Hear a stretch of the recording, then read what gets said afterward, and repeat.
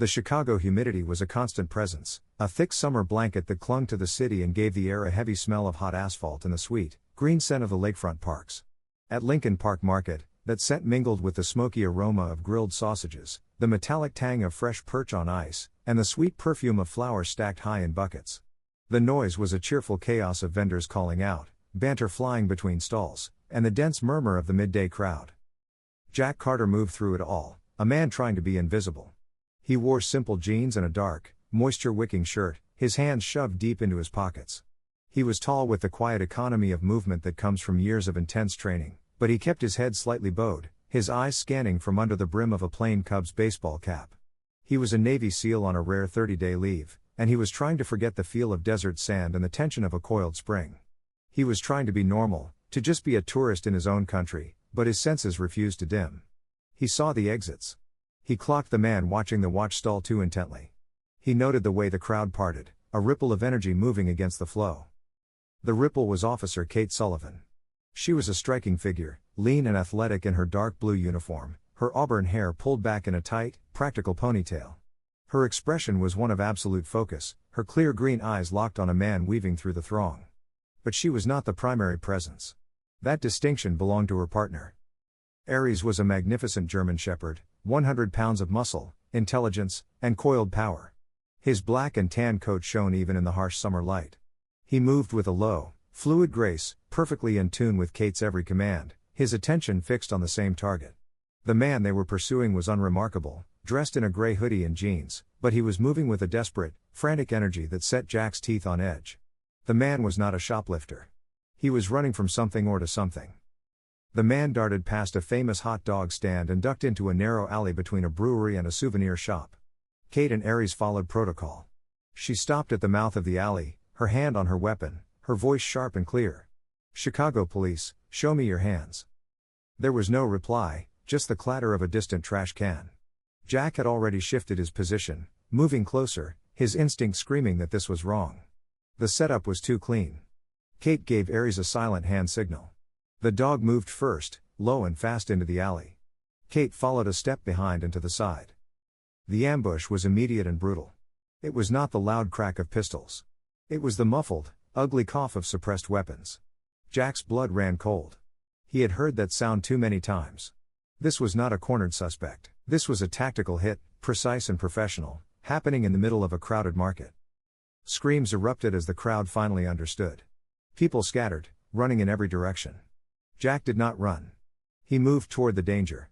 He saw two men in dark clothing, their faces obscured by masks, stepping out from a recessed doorway inside the alley. The man in the gray hoodie, the bait, was already on the ground. Kate cried out, a sharp gasp of pain as a bullet tore through her thigh. She stumbled, falling back against the brick wall. One of the attackers, a large man built like a refrigerator, raised his weapon, taking deliberate aim at her head for the finishing shot. Aries had not been hit. He had been trained for gunfire, trained to stay down, to wait for a command. But his loyalty was a force stronger than any training. He saw his partner, his person, about to be killed. With a deep, thoracic roar that seemed to shake the alley, he launched himself through the air. He ignored the command to heal that Kate tried to gasp out. He flew at the attacker, a blur of fur and teeth. The man barely had time to react. He turned his weapon on the dog, and Aries took the full burst in his chest and shoulder. The impact was terrible, lifting the big dog off his feet. But his momentum carried him forward, and he crashed into the gunman, sending him sprawling. The second attacker, seeing his partner down and the crowd in full panic, grabbed his comrade and began dragging him away, disappearing into the chaos of the market. Jack was already moving. He saw a third man providing overwatch near the mouth of the alley, raising his weapon toward the fleeing civilians. Jack did not hesitate. He closed the distance in 3 fast strides. He did not use a weapon. He used his hands. A hard strike to the wrist sent the gun clattering on the hot pavement. A follow-up blow to the man's throat dropped him, gasping, to his knees. Jack did not linger. He kicked the weapon away and sprinted into the alley. He found Kate on the ground, dragging herself toward her partner. Her face was a mask of anguish, tears cutting clean tracks through the grime on her cheeks. She had pulled Aries into her lap. The dog was a terrible ruin of blood. His breathing was shallow, a wet, ragged sound. "No," Kate whispered, rocking him. "No, no, Aries. Stay with me. Please stay with me, boy. Don't you leave me. Jack dropped to his knees beside them. He saw the tourniquet she had already managed to secure on her own thigh. She was a professional, but now she was just a woman watching her best friend die. Jack saw the wounds on Ares. They were catastrophic. The chest and shoulder were shredded. Blood was pooling on the pavement, dark and arterial. I can help him, Jack said. His voice was calm, deep, and full of an authority that cut through her panic. Kate looked up, her eyes blurred with tears, seeing him for the first time, a tall stranger with intense, steady eyes and a grim set to his mouth. He's dying, she choked out. Not yet, Jack replied. He was already pulling a small, vacuum-sealed pack from a hidden holster on his ankle. It was his personal trauma kit, military grade. The sirens were screaming in the distance, getting closer, but Jack tuned them out. His world narrowed to the wounded dog. Hold his head. Talk to him. Kate nodded, cupping Ares' muzzle in her hands, murmuring to him, her voice breaking. It's okay, buddy. It's okay. Help is here.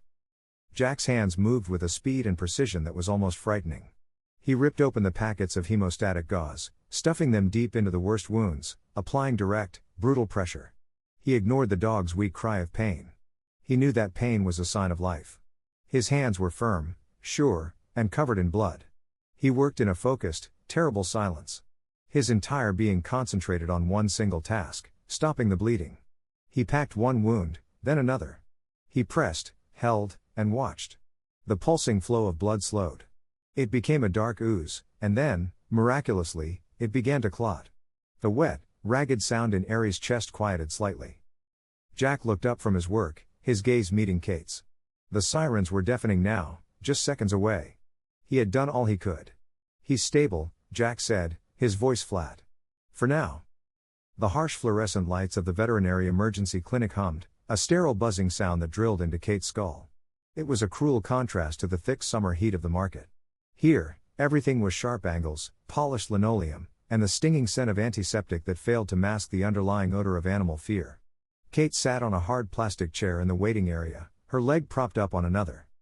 A weary-looking paramedic was just finishing a field dressing on her thigh.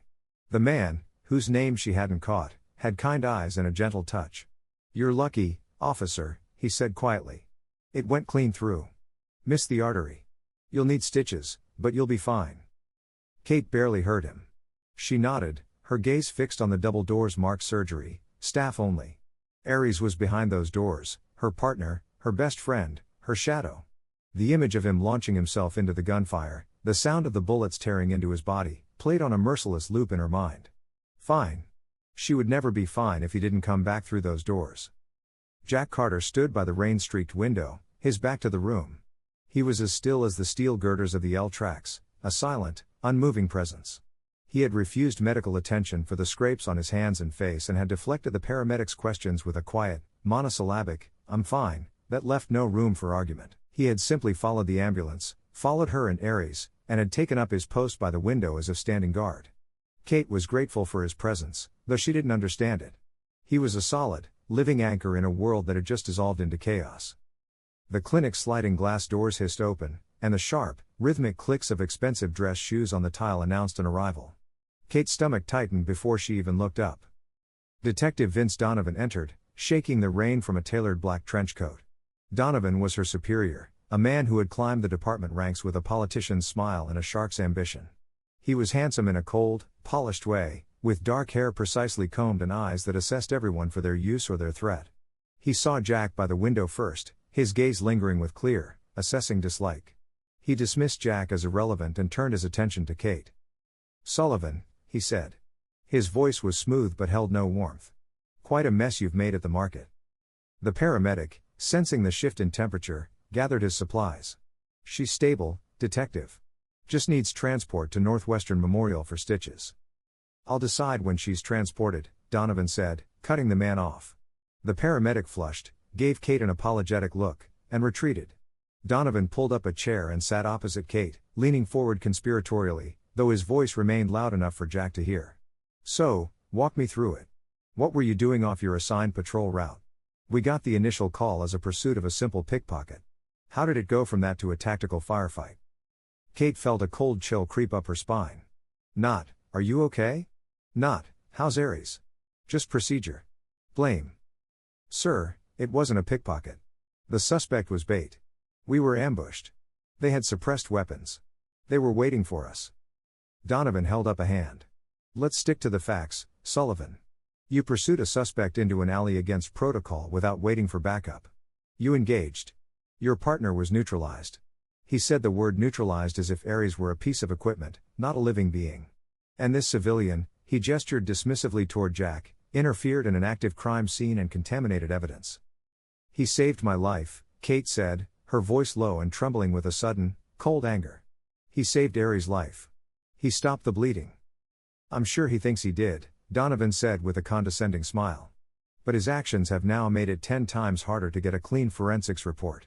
We have an officer-involved shooting, a dead suspect, and 2 more shooters in the wind. All because you couldn't wait for backup. By the window, Jack turned his head, his eyes meeting Donovan's across the room. Jack said nothing, but his gaze was flat, heavy, and absolutely devoid of fear. Donovan, for the first time, seemed to falter, looking away as if Jack's stare was a physical weight. The surgery door swung open, and a woman in blue scrubs walked out, pulling off her surgical cap. She looked exhausted to the bone. This was Dr. Evans, the clinic's chief surgeon, a small, dark-haired woman known for performing miracles. Kate was on her feet before her wounded leg could protest, her hands gripping the back of the chair. Aries, is he? Dr. Evans gave her a sad, compassionate smile. He's alive, Officer Sullivan, which frankly is a miracle.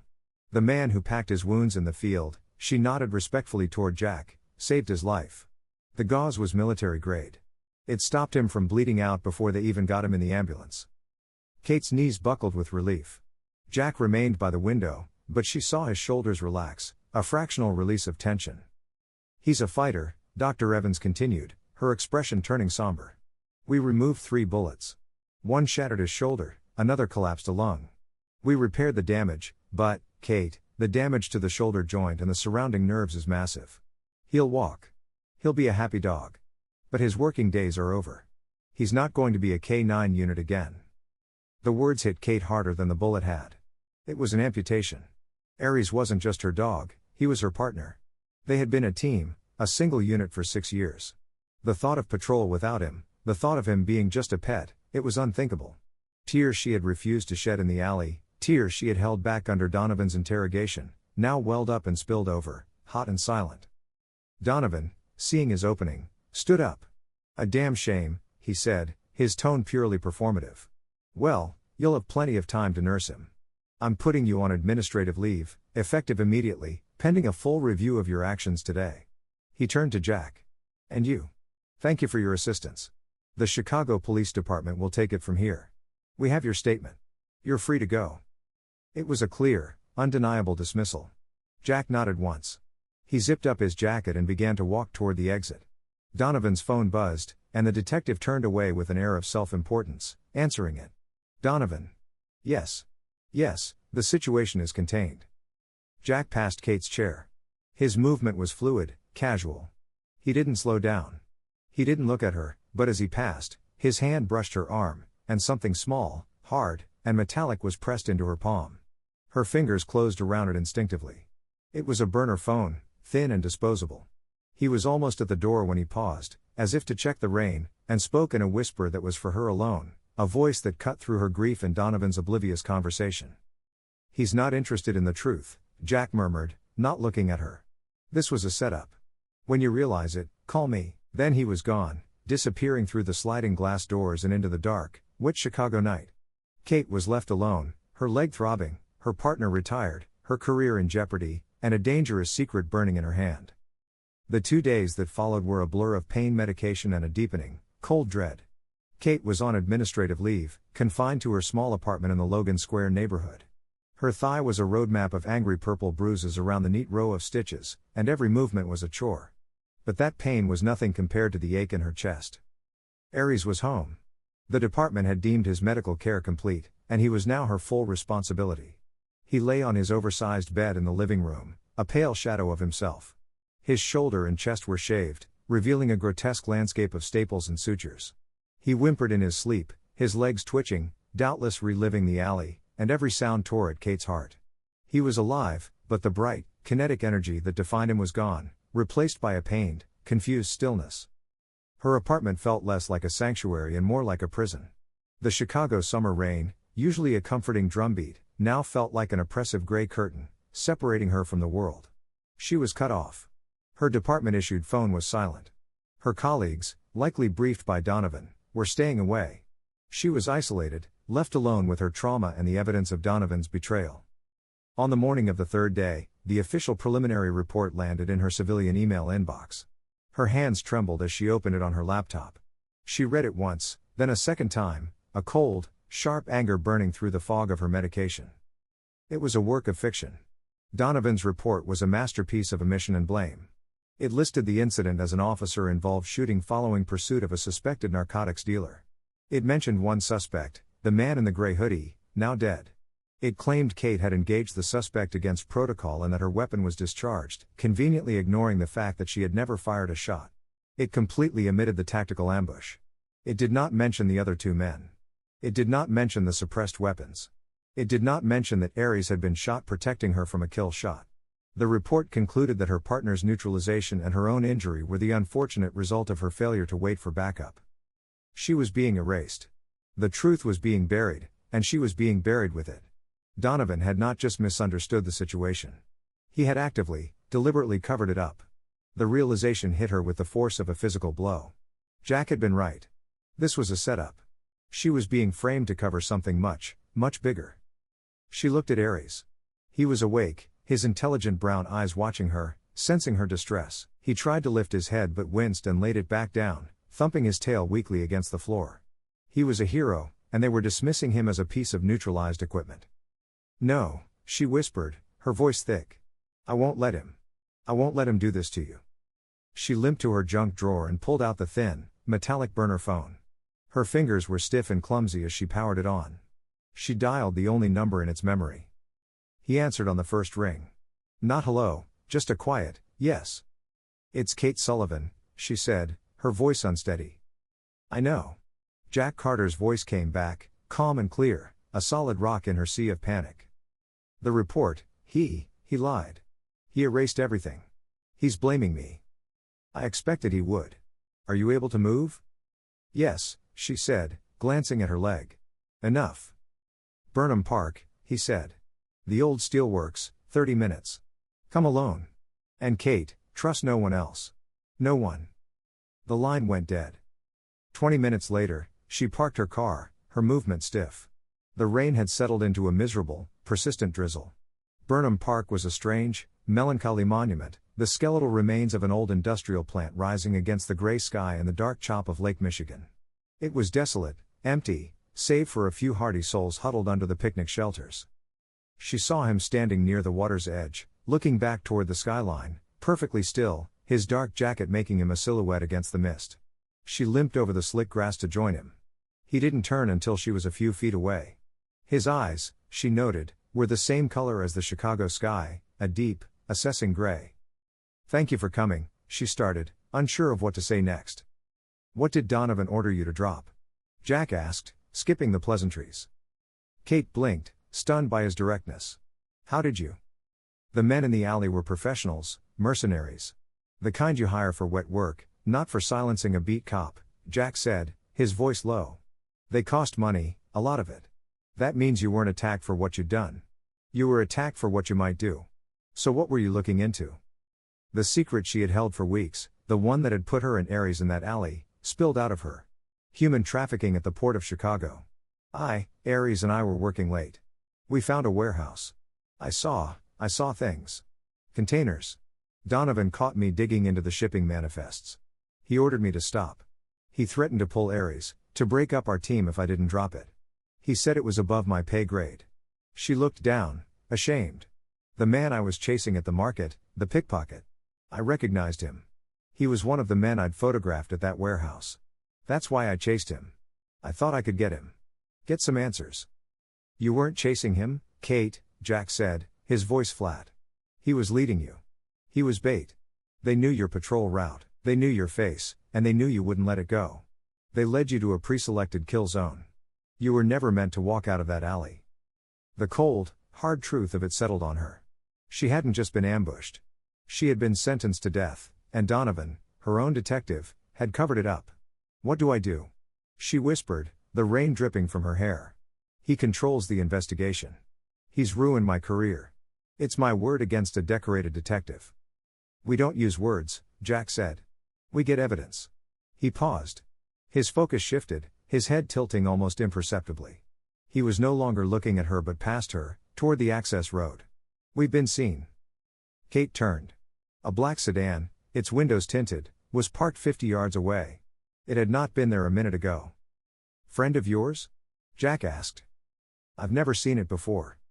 "They're not cops," Jack said. "The engine is running. They're sloppy." He gently took her arm. "Walk with me. Don't look at them. Back to your car." His touch was light, but his presence was a shield. They walked slowly, agonizingly, back across the wet grass.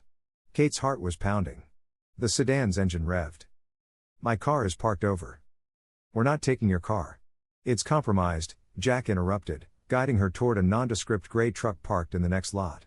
He unlocked it. The black sedan began to roll toward them. "Get in. Now." Kate scrambled in. Jack was in the driver's seat a second later, the engine turning over with a quiet rumble. The sedan pulled up, blocking the exit. "They're blocking us," Kate said, her voice rising in panic. "They think they are." Jack put the truck in reverse, spun the wheel, and drove over the curb, bumping hard onto the grass and heading for a different exit. The sedan's engine roared as the driver realized his mistake, throwing the car into a hard turn to follow. Jack drove without panic, obeying the speed limit as they left the park and entered the tight, winding streets of the Wicker Park neighborhood. The sedan stayed right on their tail. "They're still with us," Kate said. "I know." Jack made a right, then a sharp, unexpected left into a narrow alleyway that looked like a dead end. "Jack, where are you going?" "This is a trap. For them," he said. The alley opened up into a small, gravel-strewn cul-de-sac surrounded by the windowless brick walls of old warehouses. A perfect box. Jack drove to the far end and stopped. The black sedan, following too close, barreled in right after them, realizing too late that there was no way out. The driver slammed on his brakes. Before Kate could even unbuckle her seat belt, Jack was out of the truck. He didn't draw a weapon. He didn't run. He just stood in the middle of the rainy cul-de-sac, illuminated by the sedan's headlights, and waited. The doors of the sedan opened. Two men got out. They were not soldiers. They were large, broad-shouldered men in expensive-looking black suits, the kind of muscle that billionaires hired. One of them, a thick-necked man with a scarred eyebrow, started to walk forward. "You two are making a big mistake," he began, his voice a low growl. He stopped. He saw Jack. He saw the way Jack was standing, perfectly balanced, utterly relaxed, and completely unafraid. He saw the lethal calm in Jack's eyes. The man in the suit, who was used to intimidating people with his size, suddenly looked like a bully who had just run into a hungry wolf. He exchanged a nervous glance with his partner. "Get back in the car," the scarred man said to his partner. "But the boss said." "I said get back in the car. Now." They scrambled back into the sedan. The driver threw the car into a frantic, grinding reverse, scraping the side of the car against the brick wall as he backed clumsily out of the alley. Jack watched them go, his expression unreadable. He got back into the truck, the rain dripping from his cap. Kate was shaking, her knuckles white on the dashboard. They just ran. "They were scouts," Jack said, putting the truck in gear. "Sent to see who you were meeting. Now they know. They know we're together." "Yes," Jack said, pulling calmly out of the cul-de-sac. "And they know we're not scared. It changes the game." Jack did not drive back to the main road. He navigated the truck through a maze of industrial backstreets, the rain drumming a hard tattoo on the roof. Kate's mind was reeling, her knuckles white on the dashboard. They had just been hunted, and they had just watched their hunters retreat. "They know," she said, her voice barely a whisper. "They know we're together." "They were sloppy," Jack said, his eyes scanning the mirrors. "They were overconfident. They won't be next time. Your apartment is burned. Your car is compromised. We're not going back." "What about Aries?" The question was ripped from her, a sudden, sharp pain. "He's alone. He's injured. Jack, I can't just." "We're going to get him," he said, cutting off her panic with his calm. "They were watching you, not your apartment. They followed you to the park. We have a window, but we have to move fast." The drive to her apartment was the most tense 10 minutes of her life. Jack parked 3 blocks away in the alley behind her building. Stay here. Lock the doors. Do not get out for any reason. Before she could argue, he was gone, melting into the shadows and the rain. Kate sat in the truck, her heart pounding a frantic rhythm against her ribs. She was a police officer, trained to take action, to be in control. Now she was the protected, forced to sit and wait. Every shadow that moved, every car that passed was a threat. It felt like an eternity, but it was less than 5 minutes. The rear door of her apartment building opened. Jack emerged, moving at a steady, unhurried pace. He was carrying Aries. The big dog, muzzled and half sedated on his pain medication, was wrapped in a blanket and held firmly in Jack's arms. Jack's strength was obvious. He carried the 100-pound shepherd as if he weighed nothing. Aries, recognizing Kate in the truck, let out a low, muffled whine. Jack settled the dog carefully in the extended cab's back seat, where a space was already prepared. He's fine. Let's go. They drove north, leaving the familiar lights of downtown Chicago behind, heading toward the Chicago Harbor Lock. Jack didn't speak again until they pulled into the underground garage of a sleek, modern condominium building overlooking Lake Michigan. It was an expensive, anonymous place. Where are we? Kate asked as he keyed in a code and the elevator doors opened. A safe house, he said. The apartment was not what she expected. It was not a Spartan, military-style bunker. It was a spacious penthouse, minimalist and clean, with floor-to-ceiling windows that offered a stunning, panoramic view of the dark, churning water of the lake and the distant, twinkling lights of the city skyline. The furniture was simple, expensive, and impersonal. The only sign of Jack's true profession was a single locked steel cabinet in the corner of the room. He helped her get Aries settled onto a soft rug by the fireplace. The dog, exhausted from the move, immediately fell into a fitful, whimpering sleep. Get some rest, Jack said, gesturing to a guest room. You're safe here. No one knows this address. I'll take the first watch. The days that followed fell into a strange, suspended rhythm. The world outside ceased to exist. There was no news, no Donovan, no police department. There was only the sound of the rain against the glass, the quiet hum of the building, and the 3 of them in that apartment. Kate's focus narrowed to one thing: nursing Aries. She changed his dressings, cleaned his wounds, and sat by his side, murmuring encouragement. Her limp slowly eased, the angry purple bruises on her thigh fading to a sickly yellow. Aries, in turn, seemed to be her anchor. As long as he was breathing, she could keep going. Jack was a constant, quiet presence. He was the protector. He would disappear for an hour at a time, presumably to secure food, but otherwise, he remained in the apartment. He spent hours by the window, watching the water, a pair of binoculars resting on the sill. He never seemed to sleep, but Kate began to see the man behind the soldier. He cooked simple, hearty meals like soups and stews that he would leave for her on the stove. He drank his coffee black, and he made a full pot every morning, always leaving a mug out for her. On the 3rd morning, she woke to find Jack not at the window, but sitting on the floor by Aries' rug. The big dog was awake, his head resting in Jack's lap. Jack was stroking the dog's undamaged ear, his large, calloused hand moving with a surprising gentleness. Aries, who had been wary of this new man, had finally, fully accepted him. The dog let out a low, contented groan. He trusts you, Kate said quietly from the doorway. Jack didn't look up, but his hand stilled on Aries' head. He's a good soldier. He knows an ally. He looked at the dog's stitches. His wounds are healing clean. You're doing a good job. The simple, unadorned praise warmed her more than the fireplace. She walked over and sat on the hearth, sipping her coffee. A fragile peace settled over the room. It was the first time she had felt safe in nearly a week.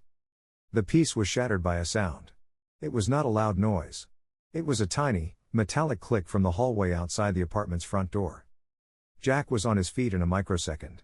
He did not look surprised. He looked furious. His movement was a blur. He crossed the room, grabbed Kate by the arm, and pulled her behind the solid marble kitchen island. Stay down. He hissed. Aries let out a low, rumbling growl, struggling to his feet despite the pain. The front door of the apartment exploded inward. It wasn't kicked, it was breached with a professional ram. 3 men in full black tactical gear, armed with short-barreled rifles, fanned out into the room. Clear. One shouted. Clear. Another echoed from the guest room. Target is in the kitchen. The 3rd man yelled, spotting them. Jack moved. He had retrieved a pistol from a locked drawer beneath the counter. He didn't fire wildly. He fired 2 precise shots. Pop! Pop! The first man dropped. Kate, her heart in her throat, fumbled for her own service weapon, which she had left on the counter. Her fingers closed around the grip. The second man opened fire, a deafening burst of automatic fire that ripped chunks of marble from the island, showering Kate with stone dust. Jack grabbed her, pulling her further down. Cover the hall, he ordered. Kate, her training kicking in, aimed her weapon at the hallway leading to the bedrooms, her hands shaking. The third man came from that direction. She fired twice, and he ducked back. The second attacker, the one with the rifle, was advancing.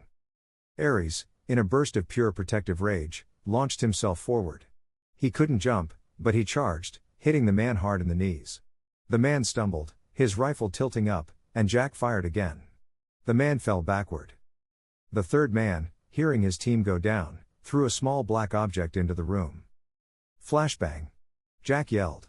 He grabbed Kate, shoving her face into his chest and covering her head with his own body just as the device exploded with a blinding white light and a deafening concussion. The apartment was filled with smoke and the high-pitched ringing in Kate's ears. Jack was already moving, dragging her toward the third man, who was now disoriented. The fight was over in seconds. Jack was brutal, efficient, and final. Silence descended, broken only by Ares' pained whimpering and the ringing in Kate's ears. The apartment, her sanctuary, was a war zone. Jack stood in the center of the room, breathing heavily, his face a mask of cold fury. He checked the tactical gear on the men. No insignia, professional mercenaries. He walked to the window, his rage a palpable thing. They shouldn't have found us, he said, his voice a low, dangerous growl. This place is clean. No one on earth knew this address. He turned, his eyes sweeping the room, his mind working. He looked at Kate. He looked at Ares. He stalked into his bedroom and returned with a black device that looked like a high-tech remote. He began sweeping the room, passing the device over the walls, the furniture, Kate herself. Nothing. He knelt by Ares. The dog whined, exhausted and scared. Jack ran the scanner over the dog's body. Nothing. Then he ran it over the dog's K9 issue collar, the thick black nylon vest that Kate had insisted he keep wearing. A comfort from his old life. The device let out a single, high-pitched beep. Jack's blood ran cold. He unclipped the collar. Tucked into a seam, almost invisible, was a tiny, wafer-thin black disc. A GPS tracker. Kate stared at it, comprehension dawning slowly, horribly. I don't understand. How? Jack looked at her, his gray eyes void of all emotion except a chilling certainty. Where did he get this collar? It's his uniform. He's always had it. She stopped. Her hand flew to her mouth. The vet, after the surgery. I asked the nurse to put it back on him. I thought it would make him feel normal. Who was in the room at the clinic? Jack asked, his voice deadly quiet. Who touched that collar? Kate looked at the tracker, then at Jack, her blue eyes wide with a dawning, sickening horror. Me, the doctor, the nurse, she choked on the name. And Donovan. Donovan touched him. He patted him. He said it was a damn shame. The realization settled over them, heavier and more toxic than the smoke in the room. Donovan hadn't just covered up the attack. He had marked them. He had known exactly where they were every minute of every day, biding his time, letting them think they were safe before sending a team to finish the job. The aftermath of the firefight was a ringing, smoky silence. Kate's sanctuary, the beautiful penthouse apartment, was destroyed. Marble dust coated every surface. The floor-to-ceiling windows were spiderwebbed with bullet holes, and the air was thick with the acrid smell of gunfire. Ares, terrified and in pain, was whimpering from the guest room where Kate had barricaded him. Jack moved with a grim, detached efficiency, his face a hard mask. He was no longer the quiet protector. He was the operator, cleaning up a compromised site. Kate sat on the sofa, her hands wrapped around a mug of coffee she couldn't drink, her entire body shaking with reaction. She was staring at the small black GPS disc on the coffee table. The tracker. It wasn't the violence that shook her to her core. It was the betrayal. It was the calculated coldness of it. Vince Donovan, her superior, a man she had respected, had patted her dog, his victim, while planning a device to lead a hit squad to her. He had used Ares' uniform, the symbol of his loyalty, as a weapon against them. Ares limped out of the bedroom, pushing past the barricade. He ignored his own pain and shoved his great head under her hand, whining low in his throat, sensing her distress. She buried her face in his fur, her shoulders shaking. "He used you, boy," she whispered, her voice breaking. "He used you." Jack finished securing the last of the mercenaries' zip ties and made a call on a new burner phone. He spoke in low, clipped tones, using codes she didn't understand. When he hung up, he turned to her. "A cleanup team is on the way. We have 30 minutes to be gone." "Who was that?" Kate asked, wiping her eyes, forcing herself to focus. "Someone I trust," he said, which told her nothing and everything. "This apartment is burned. The men who came here were professionals. When they didn't report back, their boss will know the operation failed. They'll send more." He knelt in front of her, forcing her to meet his gaze. His gray eyes were intense. "We are completely on our own, Kate. The department is compromised. Donovan controls the narrative. We can't call the police. We can't go to the hospital. As far as the world is concerned, we don't exist." She nodded, a cold, hard anger beginning to replace her fear. He's not the one in charge. Donovan, he's ambitious, but he's not a kingpin. He's a puppet. He's protecting someone. "Who?" "I only know a name. A ghost." "Orion," Kate said. "It's the name I overheard at the warehouse. The one I was investigating. When I mentioned it to Donovan, he looked scared. Then he threatened me. Orion is the one running the trafficking ring. Donovan is just his man inside the department." Jack's expression hardened. "Orion. Good. A name is a start." He stood up and offered her a hand. "We can't be defenders anymore, Kate. It's time to be hunters. You know the system. I know the tactics. We're going to take Donovan apart, and he's going to lead us right to this Orion." A new, cold resolve settled over Kate. He was right. She was done being a victim. She was done being hunted. She was a police officer. It was time to do her job. They left in Jack's truck, Aries settled in the back, and moved to a nondescript motel near O'Hare Airport, a place of transient, invisible people. Jack set up a perimeter, and for the first time, Kate saw the contents of his steel cabinet, now transferred to 2 heavy duffel bags. It was a portable arsenal of surveillance equipment, encrypted hard drives, and weapons that made her officer-issue pistol look like a toy. They sat at the small, cheap table, a map of the police precinct spread between them. "Donovan thinks I'm panicked," Kate said, her mind working, fitting the pieces together. "He thinks I'm a suspended cop, emotional, probably terrified. He's arrogant. He'll underestimate me." "Good," Jack said, cleaning his pistol with practiced, efficient movements. "He's also meticulous," she continued. "If he thinks I have any evidence, anything at all, he won't rest until he has it. He'll want to destroy it himself. He won't trust anyone else." Jack paused his work, looking up. He saw the shift in her. The fear was gone, replaced by a sharp, analytical focus. He nodded. "The plan?" "I'm going to set a trap," Kate said. "I'm going to make a panic call to an officer I know is in Donovan's pocket. Officer Jennings." Jack raised an eyebrow. "Mike Jennings," Kate explained. "He's not a bad man, just a weak one. He's lazy, wants to make detective, and he hero worships Donovan. He's Donovan's eyes and ears. I'll call him, frantic. I'll tell him I'm terrified that Donovan is framing me, but that I have proof. A hard drive. Proof against Orion." "A hard drive that doesn't exist," Jack finished for her. "A hard drive that you're going to make," Kate said. "And I'll tell Jennings I hid it in the one place Donovan would never think to look, my K9 locker at the precinct, taped behind Aries' old service vests." Jack allowed himself a small, thin smile. Arrogant, meticulous, and now predictable. Jennings calls Donovan. Donovan can't risk sending Jennings. He'll go himself to get the drive. "And when he does," Kate said, her eyes flashing with a cold light, "you'll be watching." The next 24 hours were spent in preparation. Jack acquired a new burner phone for Kate. He prepared a bait hard drive loaded with junk data but encrypted to look important. His primary task, however, was surveillance. The police precinct was a hard target. The following night, the Chicago rain returned, a cold, driving downpour that slicked the streets. At 2:00 in the morning, Jack was in position. He was not on a roof as she had assumed. He was inside the office building across from the precinct, a space he had gained access to with a set of tools that spoke of a very specialized skill set. He had a clear view of the K9 unit's back entrance and the locker room windows. He was set up with a high-definition spotting scope, a video recorder, and a long-lens camera. In the motel room, Kate's heart was pounding. Jack's voice came over her earpiece, a calm, single word. Send. She dialed Jennings' number. He picked up, his voice thick with sleep. Hello? Kate let the panic flood her voice. She made herself cry. Mike. Mike, it's Kate. Oh, thank goodness. I didn't know who else to call. He's trying to kill me, Mike. Sullivan? What are you talking about? It's 2:00 in the morning. It's Donovan, he set me up in the market. He's trying to have me killed, she sobbed. I have proof, Mike. Proof against him in that name.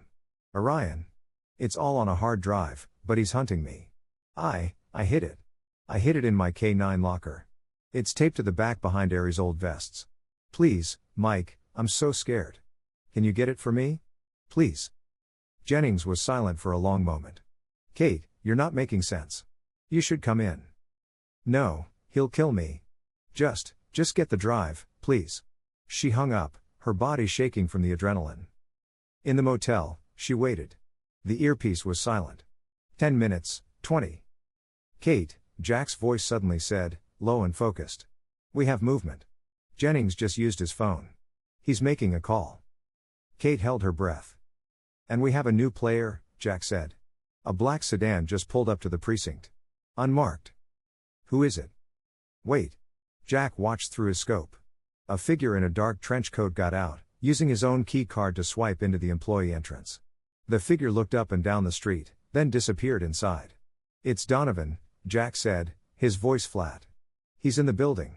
He's moving to the K9 locker room. Kate closed her eyes, a wave of dark triumph washing over her. He took the bait, the arrogant fool. Jack was already recording. The lights in the K9 office flickered on. Through the window, he had a perfect, unobstructed shot. He watched as Detective Vince Donovan, believing he was completely alone, disabled the internal security camera with his own override code. Jack zoomed in, capturing the key sequence. Then he watched and recorded as Donovan used a small pry bar from his desk to pop open Kate's locker. He was frantic, pulling out old leashes, uniforms, and dog toys. He felt in the back, his expression turning to one of triumph as his fingers closed on the bait drive. He pulled it out, looked at it for a second, and slipped it deep into his trench coat pocket. Got him, Jack whispered, the camera capturing every second. We got him, Kate. He just broke into his own precinct and fabricated evidence. He packed his gear. The counterattack had been a success. They now had the leverage they needed to turn the tables, and Donovan had no idea he was already caught. Jack slipped back into the dim motel room before sunrise, moving with a silence that was almost supernatural. The rain had stopped, but the air was cold and heavy. Kate was pacing the small space, her limp more pronounced, a coffee mug untouched in her hand. Aries, her shadow, followed her, his head low, his paws clicking softly on the worn linoleum. Did you? She started, her voice a strained whisper. Jack set the heavy duffel bag on the floor. He pulled the small black video recorder from his pocket and placed it on the table. A tiny green light showed it was on. I got him, Jack said. His voice was flat, a simple statement of fact. He broke in. He disabled the camera, he took the bait. It's all on video. Kate's legs gave out. She sank onto the edge of the bed, the coffee mug rattling in her hands. Relief so potent and overwhelming washed through her.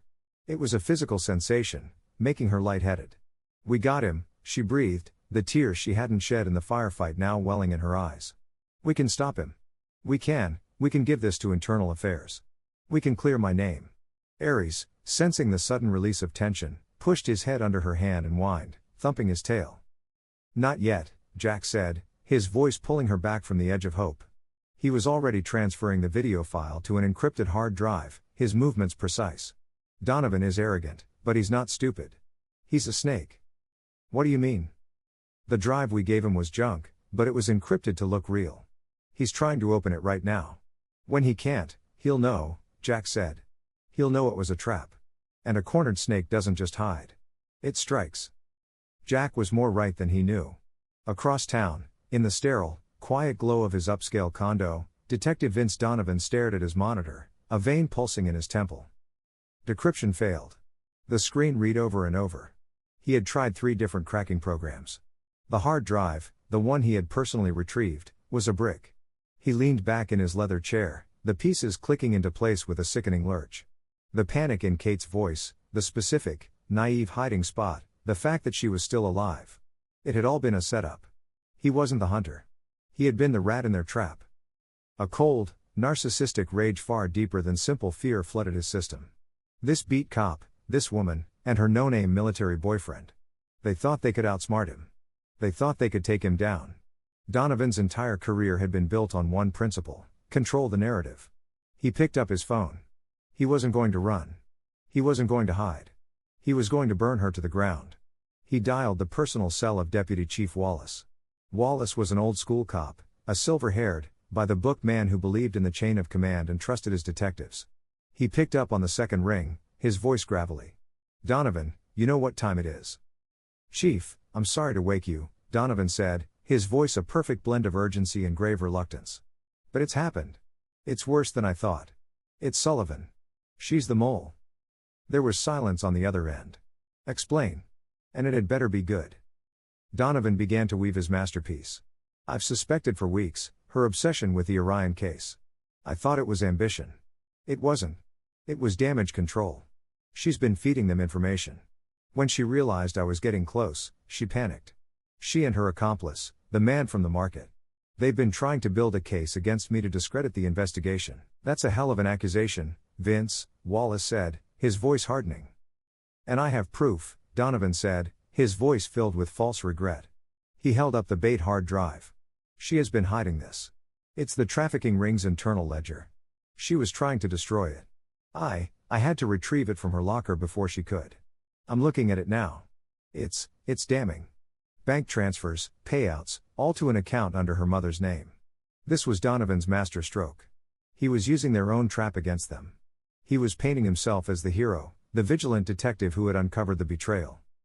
"My office, 30 minutes, Wallace said, and the line went dead. Back at the motel, the sun was beginning to stain the gray Chicago sky with a pale, sickly light. Jack had a police scanner app running on a muted laptop. He and Kate were watching the silent stream of text, a language he understood as well as English. For an hour, there was nothing.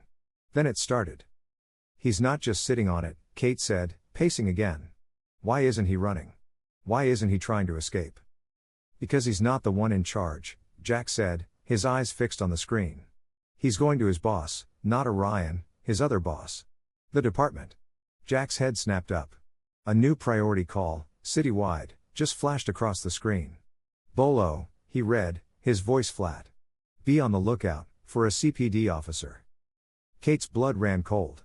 "Who?" Jack didn't answer. He stood up, walked to the small, cheap television bolted to the wall, and turned it on.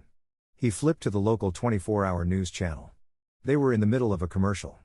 Kate and Jack stood in the silence of the motel room, watching a man enthusiastically sell used cars. Aries, sensing the new, terrible tension, stood between them, his body rigid, a low growl starting in his chest. The commercial ended. The screen cut back to a news anchor, a serious-looking woman with a concerned expression. "We interrupt this program with breaking news from the Chicago Police Department. We are getting live reports of a major internal investigation." The screen behind the anchor changed. Kate's official department photograph filled the frame. Her smiling face, her blue uniform, her badge. "Oh no," Kate whispered, her hand flying to her mouth. "Sources within the department," the anchor said, reading from a paper, "have named Officer Kate Sullivan as a person of interest in a wide-ranging corruption investigation. Officer Sullivan, a 6-year veteran of the K-9 unit, is suspected of compromising a major federal trafficking investigation and of being an accessory to the shootings at Lincoln Park Market last week." Kate felt the floor drop out from under her. She grabbed the edge of the dresser to steady herself. "The department is alleging," the anchor continued, her voice grave, "that Officer Sullivan has been feeding information to the ringleader known only as Orion and has been working to frame her superior officer, Detective Vince Donovan, who uncovered the plot. He's using the drive," Jack said, his voice a low growl. "He's claiming the drive we gave him is proof of her guilt." Officer Sullivan is believed to be in the company of a male accomplice, the news report continued. A grainy security camera still from the market flashed on the screen. Jack, his face obscured by his cap, moving toward the alley. "Both are considered armed and dangerous. Police are urging anyone with information on their whereabouts to call 911 immediately." Kate wasn't breathing. This wasn't just a frame-up. It was an execution. Donovan had turned the entire city, the entire police force, against her. She was no longer a cop. She was a fugitive. Every officer she had ever worked with, every rookie she had trained, every person who had ever waved to her in Aries on the street was now looking for her. She looked at Jack, her eyes wide with a new, dawning horror. "What do we do, Jack? What do we do?" Jack said nothing. He walked to the television and shut it off, plunging the room back into silence. He walked to the door and slid the deadbolt and the chain lock into place. He turned to her, his face grim, his eyes like steel. "First," he said, "we disappear. And then we finish this." They were no longer hunters. They were the hunted, and they were completely, utterly alone. The motel room was a cage. For 48 hours, they had been prisoners, the walls closing in with every local news update. Kate's face, her official department photo, was a constant, accusing presence on the screen. She was a disgraced officer, a dangerous fugitive. The city that she had sworn to protect was now hunting her. They had fled the motel 2 hours after the broadcast, Jack navigating them through the city's industrial arteries, his face a grim mask. They were now in a place of ghosts, a derelict boatyard on the edge of the Calumet River. Their sanctuary was the rotting cabin of a half-sunk fishing trawler, the air thick with the smell of mildew and cold, brackish water. It was the last place on earth anyone would look for them. Kate sat on a damp cushion, her injured leg propped up. The cold had settled deep in the bone, a constant, throbbing ache. Despair was a heavy, suffocating blanket. She had lost everything, her badge, her reputation, her home. Aries lay at her feet, his breathing shallow. He was uncomfortable, his heavy body struggling with the damp, but his loyalty was absolute. He would not leave her side, and his presence was the only thing keeping her from shattering. Jack was not resting. He sat at a small, warped table, his back to her, hunched over the glowing screen of his encrypted laptop. He was no longer a man on leave, he was an operator in hostile territory. He was hunting. For 2 days, he had been silent, his focus absolute, navigating the digital underworld, tracking Donovan, trying to find a whisper of Orion. "He's moving," Jack said suddenly. Kate's head snapped up. "Donovan?"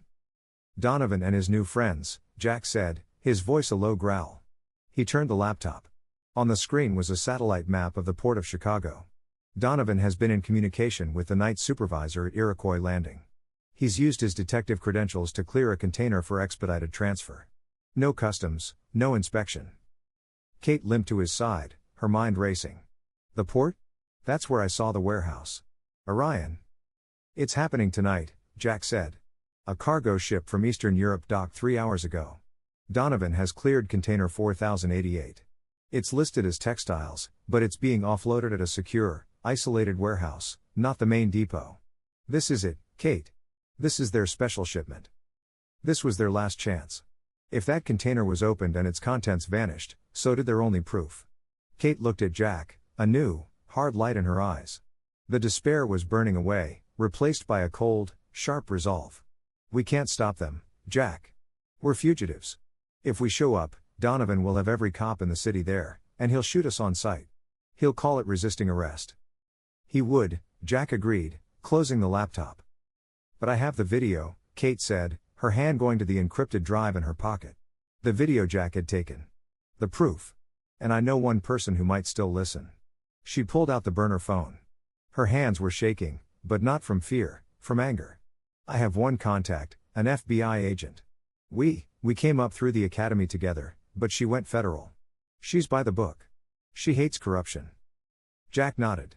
"The safety net. Make the call." Kate dialed the number from memory. It rang twice. A sharp, professional voice answered. "Rustova. Eva. It's Kate Sullivan." There was a stiff, cold silence on the other end. "Kate, you have put me in an impossible position by calling this number." This was Special Agent Eva Rustova, a woman who lived by the rulebook, her dark hair always in a severe bun, her pantsuits always perfectly pressed. "I know how this looks, Eva. I know what they're saying. I'm a fugitive," Kate said, her voice cracking with the effort of holding it together. "But I'm being framed. Donovan, he's the mole." "Kate, that's a serious accusation against a decorated detective."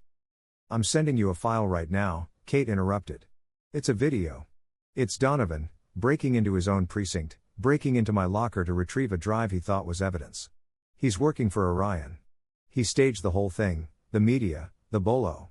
He's cleaning house." The line was silent as Agent Rustova presumably watched the file download. Kate could hear the faint click of her keyboard. "This is compelling," Rustova said finally, her voice losing its edge, replaced by a cold, analytical tone. "But it doesn't clear you." "I know," Kate said. "That's why I'm giving you the rest. Tonight, Iroquois Landing, Donovan and Orion are moving a human trafficking shipment. Jack, my partner, he's found them. We're going in." "Kate, no," Rustova's voice was sharp. "Stand down. Let my team handle this. You're a civilian and you're wanted. If you go in there, you'll compromise the whole case." "If I don't go in," Kate said softly, "they'll be gone. The container, the victims, the evidence, gone. Donovan will slip away, and I'll spend the rest of my life running.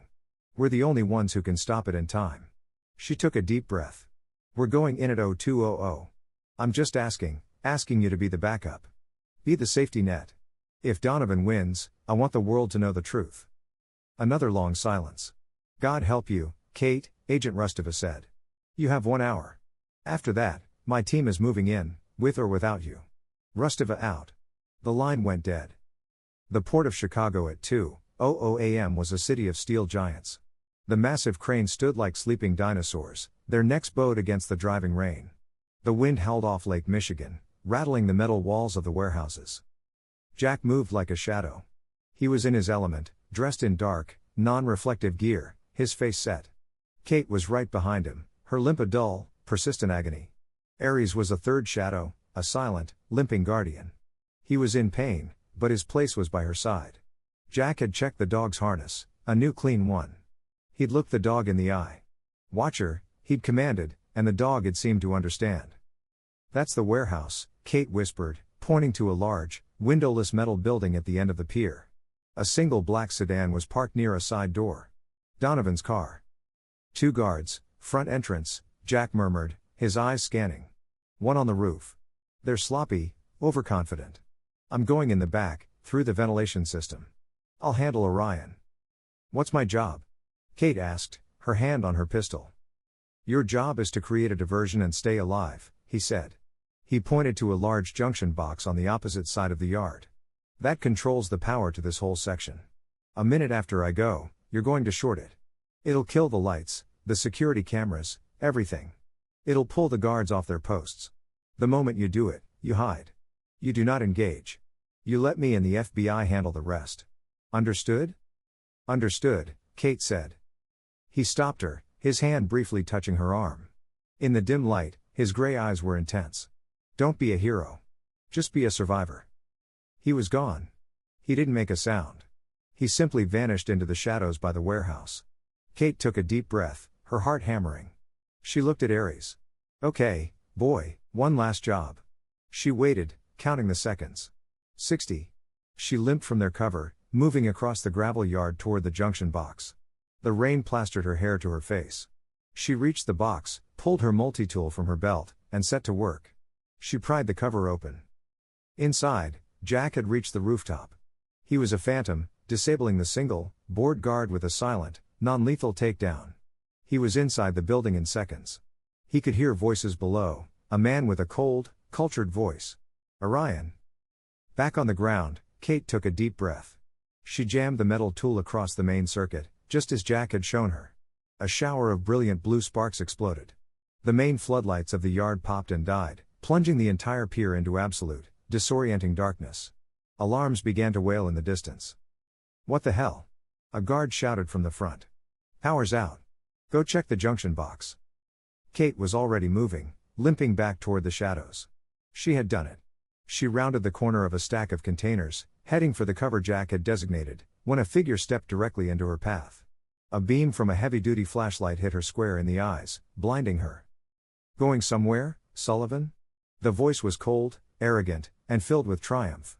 Even with the light in her face, she could see the silhouette. It was Detective Vince Donovan. He had his service weapon drawn, and it was pointed directly at her chest.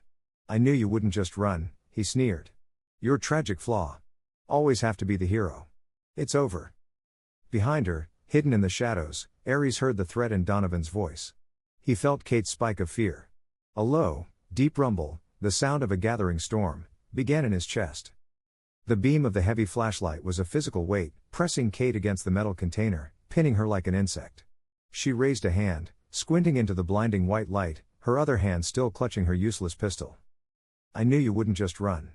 Detective Vince Donovan's voice was a triumphant sneer, dripping with the arrogance of a man who had just won the game. He stepped closer, the rain running off his expensive trench coat. "That's your tragic flaw, Sullivan. Always have to be the hero. Always have to do the right thing, even when it's stupid." "Donovan," Kate managed, her voice shaking, her eyes trying to adjust. "It's over. The FBI is on the way." He laughed. It was a short, ugly bark.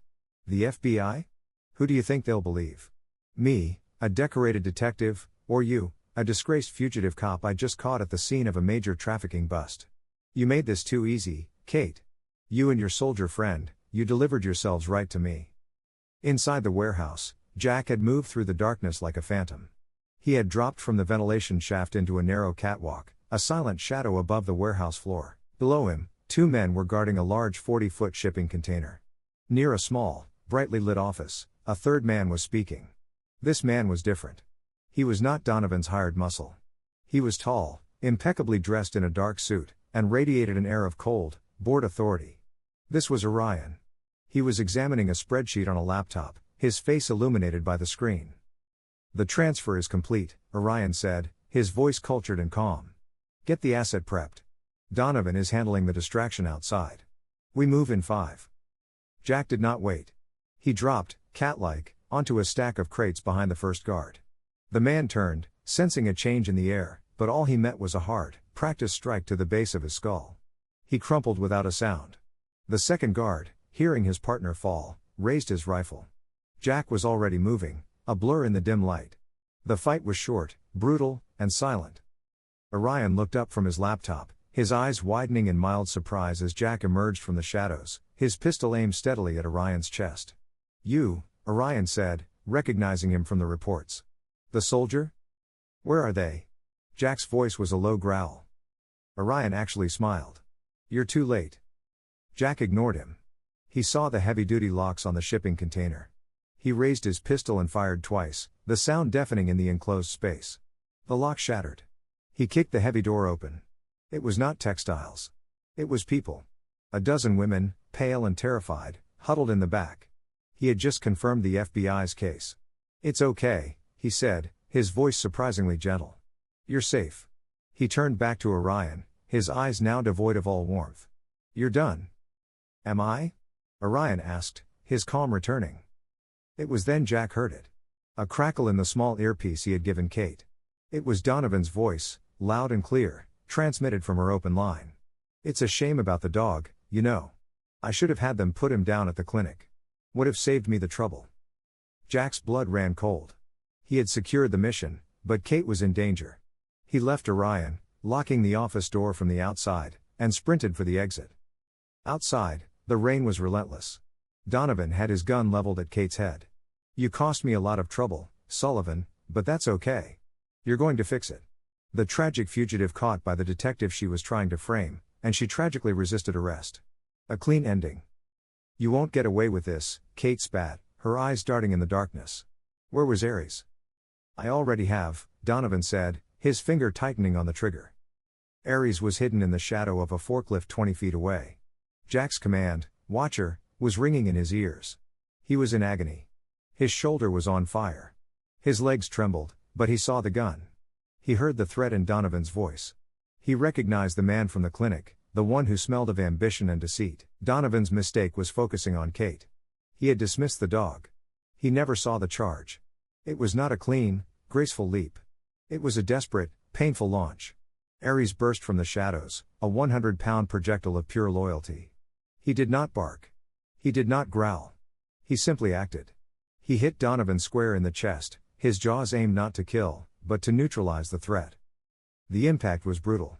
Donovan screamed, a high-pitched sound of shock and terror. The gun went off, the bullet firing harmlessly into the stormy sky. Donovan and the dog went down in a tangled heap, the detective firing wildly as he fell. "Ares, no!" Kate screamed. Donovan thrashed, trying to bring the gun around, but Ares, fueled by adrenaline and a primal need to protect his partner, was relentless. He had Donovan's gun arm in his jaws, his teeth clamped down with all the strength he had left. Donovan shrieked in pain, his weapon clattering on the wet pavement. Jack burst from the warehouse door just in time to see Donovan on his back, his arm mangled, and Aries standing over him, head bowed in exhaustion, but a low, triumphant growl vibrating in his chest. Kate was already limping toward her partner. "Aries, buddy, you did it, boy. You did it." The night exploded in light. Not one flashlight, but dozens. A chorus of sirens converged, not the high-low wail of the CPD, but the aggressive, short bursts of federal vehicles. Black SUVs, their red and blue lights flashing, swarmed the pier, cutting off all exits. Special Agent Eva Rustova stepped out of the lead vehicle, her weapon drawn, flanked by a team in full tactical gear. FBI. Hands in the air. Hands in the air now. She took in the scene, Donovan on the ground, bleeding and clutching his arm. Kate alive. Aries standing guard. "Officer Sullivan," Rustova said, her voice stiff as her team secured Donovan. "You were ordered to stand down." He was resisting arrest, Kate said, her voice shaking as she knelt by Aries, her hands checking him for new wounds. Jack emerged from the shadows, pushing a zip-tied and visibly furious Orion in front of him. "Agent Rustova," Jack said, "your primary target. And you'll find a container full of victims in the warehouse, along with 2 of his guards." Rustova stared from Jack to Orion, then back to the video evidence she held in her hand. Her face broke into a small, rare smile. "Well, it seems my case just got gift-wrapped." As the FBI swarmed the scene, securing the victims and arresting Donovan's men, the media and the CPD began to arrive, drawn by the commotion. Donovan, his face a mask of disbelief and rage, was led away in cuffs. "You're all making a mistake," he yelled. "I'm the hero here." No one listened. Kate was sitting on the wet pavement, her arms wrapped around Aries, her face buried in his fur. He was exhausted, bleeding slightly, but alive. He had saved her again. When she finally looked up to find Jack to thank him, he was gone. The chaos of flashing lights, shouting agents, and arriving patrol cars had swallowed him. He had vanished as silently as he had appeared. Weeks later, the Chicago sky was a brilliant, rare blue. Lake Michigan was calm, sparkling under the autumn sun. Kate sat on the porch of a small cottage, a rental overlooking the water. Her leg had healed, leaving only a faint scar. She was on extended leave, her name cleared, her reputation restored. The media had painted her as a hero, a story she hated. Donovan, Orion, and their entire network were facing a mountain of federal charges. Aries, his black and tan coat growing back over his scars, lay at her feet.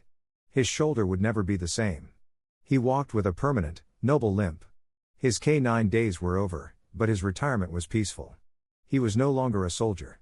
He was just her dog. She heard a truck pull up the gravel drive, a sound that made Aries lift his head, his tail thumping once. Kate stood up, her heart doing a strange, unfamiliar flip. Jack Carter walked around the side of the house. He was not in tactical gear. He was in jeans and a simple gray flannel shirt, his hands in his pockets. He looked like the man in the market, the tourist trying to be invisible. He stopped a few feet away, just looking at her, then at the dog. Aries stood, limped over, and pushed his head against Jack's hand. Jack knelt, scratching the dog's good ear. "He looks good," Jack said, his voice quiet. "He's happy," Kate replied, her voice just as soft. "He's learning how to be lazy." Jack stood up, his gaze finally meeting hers. His gray eyes were clear, the shadows of the operator replaced by a simple, quiet warmth. "I read about you in the paper. They're calling you a hero." Kate grimaced. "I hate it. The real hero is lying at your feet." "He's a good boy," Jack said. He took a step closer. I was in the area. My leave is almost over. I wanted to see how you were." "I'm good," she said, a small smile touching her lips. "I'm healing." "Me too," he admitted, almost in a whisper. They stood in the quiet of the afternoon, the silence comfortable, the unspoken words hanging between them. "I just made coffee," Kate said, breaking the spell. "I like coffee," he replied. She smiled, a real, unguarded smile that lit up her face. "I know." She turned and held the screen door open. "Come on in, Jack. I saved you a mug." He smiled back, a slow, rare smile that reached his eyes. He followed her inside, and Aries limped happily behind them. "Finally home."